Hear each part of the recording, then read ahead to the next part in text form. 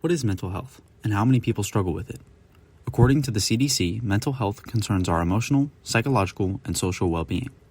Our interactions with the world place all of these things in a constant flux, and allow negative developments for our mental health or even mental illnesses to potentially manifest at any time. Genetics, environmental and societal stressors, and dysfunction in brain chemistry may contribute to mental health illnesses. So, who struggles with mental health?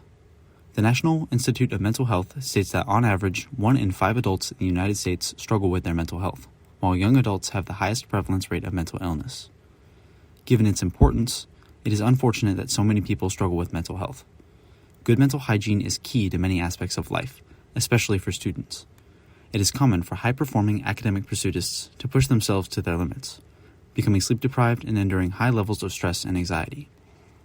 This most often leads to decreased motivation and failing grades. Conversely, students who prioritize their mental and emotional well-being exhibit higher capacities for learning, creativity, productivity, and are more inclined to develop positive social relationships. Balancing a heavy course load can be difficult, but Mark et al. Finds a strong positive correlation between good mental health and resultant high academic achievement. Understanding that mental health is important to student success, admitting that you need or want help can take courage. For many people, admitting that they could use help appears to show that they are broken or weak. Being silent in the face of personal troubles is often viewed as strength, and seeking help is frequently seen as weak or ungrateful.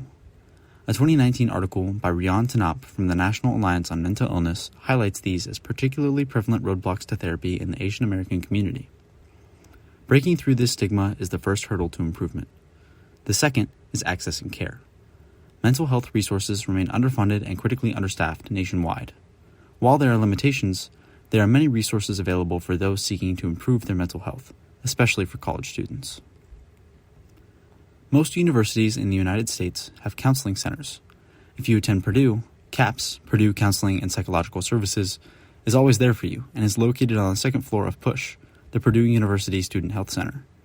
Feel free to take a screenshot or scan this QR code to get brief phone screening with a clinician before making appointments for therapy and psychiatric services. Most services at CAPS are at no cost to students. Additionally, the American Psychological Association has its official psychologist locator that provides contact information of verified therapists and psychiatrists in your area.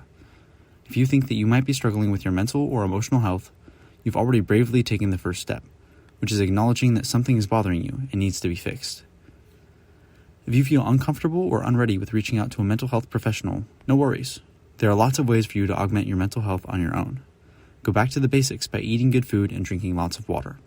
Set a solid sleep schedule, take care of your body and living space, exercise regularly, and get outside often. Next, set aside white noise time and practice mindfulness, which is kind of like meditation. Mindfulness is the purposeful attention to and non-judgmental acceptance of your everyday experiences and interactions, while white noise time is time set aside to exist in a space without any outside stimulation. This allows you to process past and recent events and how you feel about them, sort of like a self-checkup that your brain performs. Studies have shown that individuals who practice mindfulness exhibit lower psychological distress and higher emotional well-being.